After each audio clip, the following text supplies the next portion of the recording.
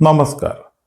अगर आप एक सब्जी का बिजनेस शुरू करना चाहते हैं या फिर आप अभी एक सब्जी के बिजनेस कर रहे हैं और आपको लगता है कि आपके बिजनेस में आपको प्रॉफिट कम लग रहा है या फिर आपका बिजनेस थोड़ा स्लो चल रहा है या फिर आप आपके सब्जी के बिजनेस को अच्छी तरह आगे ग्रो करने की सोच रहे हैं, तो ये आज का वीडियो आपके लिए बहुत इंपॉर्टेंट है। आज हम इस टॉपिक पे ये डिस्कस करेंगे कि आप एक सब्जी के बिजनेस को सफलतापूर्वक सक्सेसफुली कैसे आगे ग्रो कर सकते हैं। और इसमें हर एक टिप्स जो आज हम डिस्कस करेंगे वो इस तरह होगा कि आप बिल्कुल आसानी से इसको लागू कर सकते हैं। और आप अगर इसमें से कोई भी चीज को फॉलो नहीं करते हैं तो मेरा रिक्वेस्ट है आप एक बार इसको फॉलो करके देखिए, जरूर आपका बिजनेस बहुत अच्छी तरह ग्रो करेगा और आगे आने वाले दिनों में आपको जरूर महसूस होगा कि आपका बिजनेस पहले से काफी ग्रो हो चुका है। तो चलिए हम अभी डिस्कस करते हैं एक एक टिप्स के बारे में जो आपके सब्जी के बिजनेस को आप सफलता से आगे बढ़ाने में आपका हेल्प कर सके। तो टिप नंबर 1 है राइट लोकेशन को चुनना। सब्जी के बिजनेस में हमेशा लोकेशन ही प्रॉफिट होता है। लोकेशन तय करता है कि आपके सब्जी के बिजनेस आगे कैसे ग्रो करेंगे। आपको हमेशा लोकेशन चुनना है रेजिडेंशियल एरिया के आसपास, सोसाइटी के पास, स्कूल एरियाज के पास, ऑफिस के पास या कोई मार्केट एरिया में या थोड़े पब्लिक आने जाने वाले जगह पे या कोई रोड साइड पे। जहां भी आप आपका एक लोकेशन चुनते हो, मेक श्योर करें आप इस तरह ही एक लोकेशन चुने, क्योंकि जितनी पब्लिक आपके पास आएगी वहां से ही आपका बिजनेस आगे ग्रो करेगा। आप यही सोचिए, अगर पब्लिक को आप तक आने के लिए अगर मेहनत लगती है तो पब्लिक आपके पास नहीं आएंगे। तो आपको पब्लिक के पास आपको पहुंचना है। आप ऐसे जगह पे एक लोकेशन चुने जहां आपको कस्टमर आसपास से मिल सके। अब इसके बाद अगला स्टेप है फ्रेशनेस, यानी ताजा माल रखना। आपको हर दिन ताजा सब्जी रखना है, ताजा सब्जी लाना है। जो भी आपके पुराने सब्जी हो उसको आपको हमेशा अलग रखना है। फ्रेशनेस में या ताजापन में सिर्फ नई सब्जी ही लाना ही नहीं, बल्कि आपको आपका जो भी खराब हुआ सब्जी है, थोड़ा खराब हुआ माल है, उसको आप थोड़ा साइड में रख के साथ ही साथ आपको आपका डिस्प्ले भी अच्छी तरह रखना है, ताकि लोगों को दिखना चाहिए कि आपके पास ताजा सब्जी मिल सकती है, आपका सब्जी ताजा है। जब आते जाते कस्टमर को लगेगा कि आपके पास ताजा सब्जी अगर उनको दिखता है तो आपके पास जरूर कस्टमर रुकेंगे। तो ताजापन का मतलब आपको ताजा सब्जी भी रखना है और जो भी आपके सब्जी के डिस्प्ले उसको एकदम साफ सुथरा रखे। भले ही आपका सब्जी अगर आपने एक दिन पहले लाए हो या आपने सुबह लाए हो, अगर शाम को सब्जी पे आप थोड़ा पानी छिड़केंगे, थोड़ा उसको साफ सुथरा रखेंगे, आप उसको एक जगह से लेके अलग जगह पर रखे, थोड़ा डिस्प्ले सेट करेंगे, तो जो भी कस्टमर सुबह आपके पास आए होंगे उनको शाम को आपके सब्जी ताजा जैसा ही लगेगा, क्योंकि आपने क्या किया, थोड़ा उसका जगह आगे पीछे कर दे तो कस्टमर को लगता है कि आपका सब्जी ताजा है। जब भी आपके सब्जी में फ्रेशनेस दिखता है, फ्रेशनेस लगता है, तो हमेशा कस्टमर दोबारा ऐसे दुकानों में आना पसंद करते हैं। इसके बाद अगला टिप है सही जगह से खरीदारी करना। एक सब्जी के बिजनेस में आप कितने प्रॉफिट बना सकते हैं, आपका बिजनेस कितना अच्छा ग्रो करता है, ये सब डिपेंड होता है आपके खरीदारी पे। आपको इसलिए क्या करना है, सबसे बेस्ट होलसेल मार्केट से, बेस्ट होलसेलर से आपको सब्जी लेना है। आप मार्केट में जितने भी होलसेलर हो उसमें से टॉप होलसेलर के प्राइस को और उनके क्वालिटी को कंपेयर करें, उसमें से आप तय करें कि आपको कहां से खरीदना है, ताकि आपको बेस्ट प्राइस भी मिल सके और आपको बेस्ट क्वालिटी की सब्जी भी मिल सके। और साथ ही साथ हमेशा याद रखिए, कभी भी सस्ते लेने के चक्कर में आप आपके क्वालिटी पे कभी भी कॉम्प्रोमाइज नहीं करें। आपकी कॉम्प्रोमाइज कभी भी प्राइस के बेस पे नहीं होना चाहिए। आप बेस्ट सप्लायर जहां से आपको अच्छा रेट मिल सके और अच्छा क्वालिटी के मटेरियल या ताजा सब्जी जहां से मिल सके, इस तरह के एक अच्छे होलसेलर से आपको लाना है। जितनी आपकी खरीदारी पे आप फोकस करोगे उतना आपको एक्स्ट्रा प्रॉफिट मार्केट में आपके बिजनेस में आपको मिलता रहेगा, क्योंकि हर एक बिजनेस सबसे पहले प्रॉफिट बनाता है एक बेस्ट खरीदारी से। इसके बाद अगला टिप है वेस्टेज को कंट्रोल करना। हमेशा ध्यान में रखें, सब्जी अगर खराब होता है तो आपका डायरेक्ट लॉस होता है।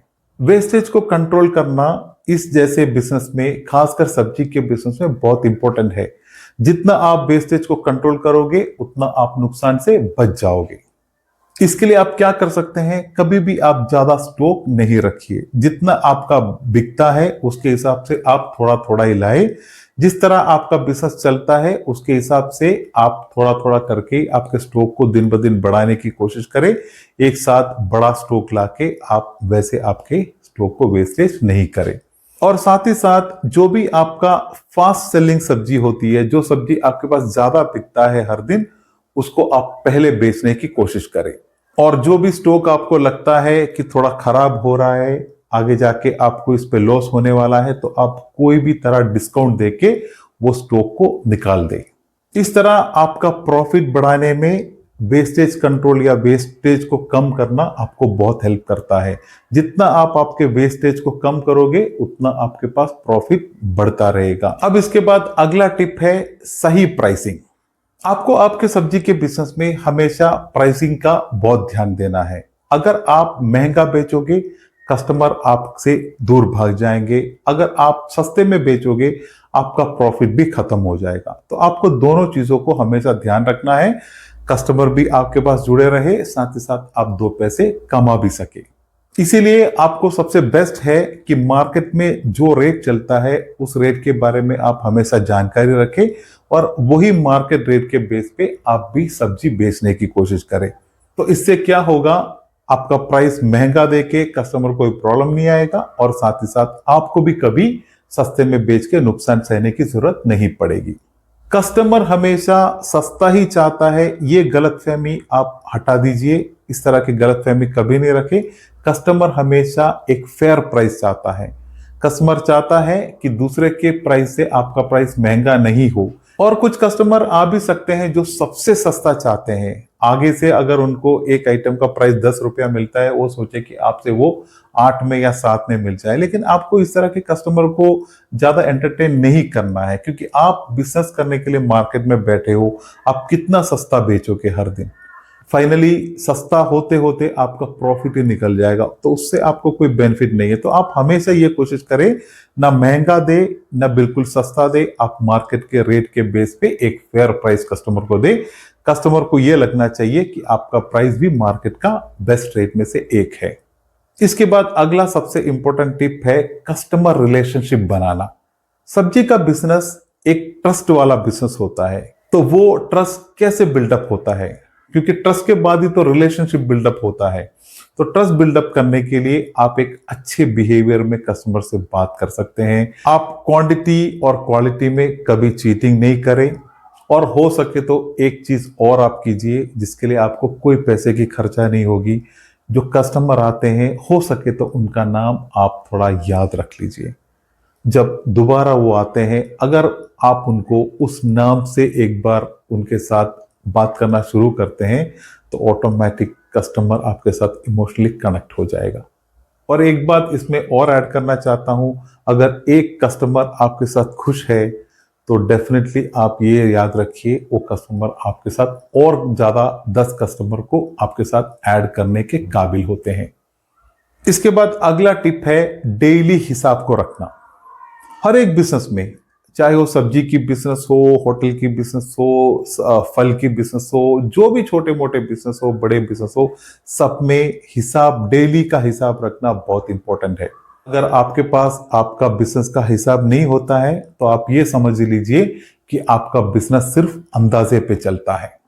आप हर दिन आपके बिजनेस में कितना सेल होता है उसको कहीं एक नोट पे या डायरी पे लिख के रखिए।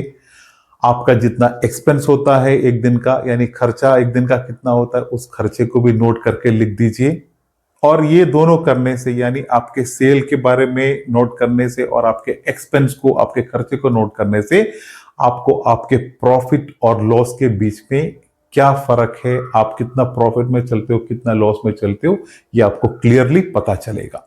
इसमें बिजनेस का एक सिंपल रूल आपको समझ में आना चाहिए, वो ये है कि जो गिनता नहीं वो कमाता नहीं। और इसके बाद अभी लास्ट टिप है मॉडर्न तरीके को अपनाना, क्योंकि आज का हर एक बिजनेस कितने भी छोटे हो या कितने बड़े हो, पूरे चीज मॉडर्न लेवल पे, मॉडर्न डे पे, मॉडर्न सिस्टम पे चलता है।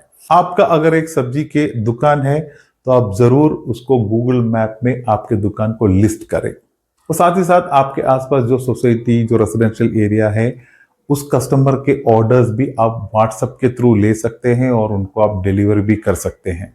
क्योंकि होम डिलीवरी आज के टाइम पे बहुत महत्व रखता है, क्योंकि बहुत लोगों के पास टाइम नहीं होते हैं, लेकिन वो आपसे अगर लेना चाहते हैं और उनको आने के टाइम नहीं होते हैं, तो इस तरह के काफी कस्टमर को आप होम डिलीवरी करके भी उनको एक अच्छी सुविधा दे सकते हैं। तो इस तरह के चीजों को हम कहते हैं मॉडर्न तरीके को अपनाना। तो आप भी इस तरह के कुछ जो भी आपसे पॉसिबल हो, आप उसको अपनाइए और आपके बिजनेस को ग्रो करें।